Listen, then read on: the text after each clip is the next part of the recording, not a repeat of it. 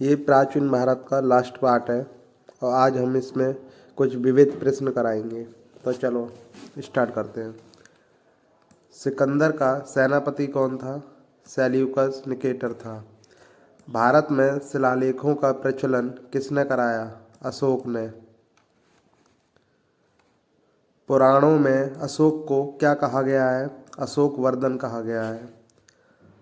बरहूत स्तूप का निर्माण किसने कराया? पुष्यमित्र शुंग ने कराया। रेशम बनाने की तकनीक का आविष्कार सर्वप्रथम किस देश में हुआ था? चीन में हुआ था। गुप्त वंश का संस्थापक कौन था? श्रीगुप्त था। मंदिर बनाने की कला का जन्म किस काल में हुआ? गुप्त काल में हुआ। प्रियदर्शिका नामक संस्कृत ग्रंथ की रचना किस शासक ने की थी? हर्षवर्धन ने की थी। नंदा नामक संस्कृत नाटक की रचना किस शासक ने की? हर्षवर्धन ने की। अजंता की गुफा किस धर्म से संबंधित है? बौद्ध धर्म से। सुदर्शन झील का पुनरुद्धार किसने कराया था? स्कंदगुप्त ने कराया था। सर्वप्रथम किस विदेशी यात्री ने भारत यात्रा की? फहान ने की थी। शून्य की खोज किसने की? आर्यभट्ट ने की। किस पुस्तक का 15 भारतीय भाषाओं और 40 विदेशी भाषाओं में अनुवाद किया जा चुका है? किसका किया जा चुका है? पंचतंत्र का। न्यूमिस्मेटिक्स क्या है? सिक्कों व धातुओं का अध्ययन है। तो न्यूमिस्मेटिक्स क्या कहलाता है? सिक्कों व धातुओं का अध्ययन कहलाता है। हितोपदेश की रचना किसने की? नारायण पंडित ने की। नाट्य शास्त्र की रचना किसने की? भरत मुनि ने की। विक्रम संवत का शुभारंभ किस वर्ष हुआ था? 57 ईसा पूर्व। अंकोर वाट कहाँ स्थित है? कंबोडिया में। पुरापाषाण युग में आदि मानव के मनोरंजन का साधन क्या था? शिकार करना था। किस युग को चालकोलिथिक एज कहा जाता है? तो किसे कहा जाता है? ताम्र पाषाण युग को। स्वपन वासवदत्ता के लेखक कौन हैं? भास हैं।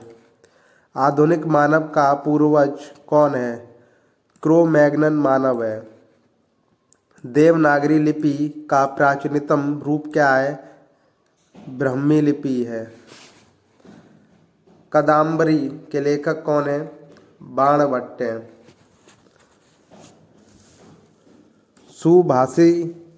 सुभाषितवली के संकलनकर्ता कौन है? वल्लभ देव हैं। तक्षशिला नगर किसके मध्य स्थित था? सिंधु व झेलम नदी के। भीमबेटका किसके लिए प्रसिद्ध था? आदि मानव द्वारा बनाए गए गुफाओं के शैल चित्र तथा शैल सिरों के लिए। प्राचीन भारत में कौन सी लिपि दाईं ओर से बाईं ओर लिखी जाती है? तो कौन सी लिपि लिखी जाती है? खरोष्टी लिपि।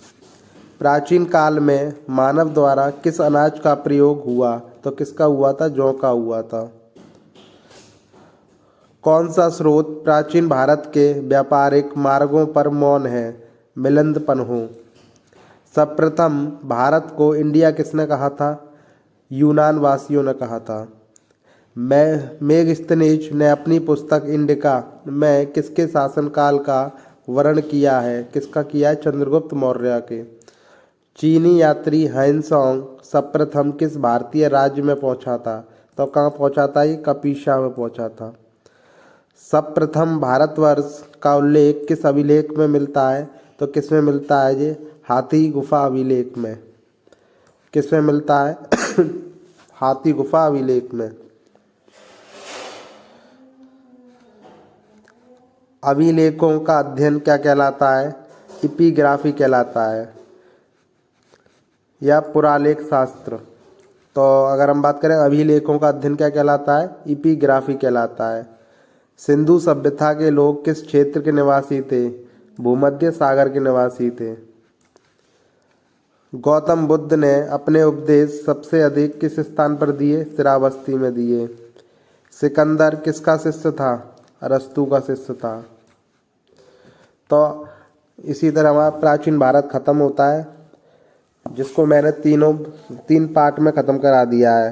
अगर मेरी आपको पिछली वीडियो देखनी है तो आप मेरे चैनल पर जा सकते हैं। अगर मेरी वीडियो अच्छी लगे तो शेयर करें, सब्सक्राइब करें मेरे चैनल को, तो आगे जैसे कि आपको अच्छी अच्छी वीडियो मिलती रहे। धन्यवाद।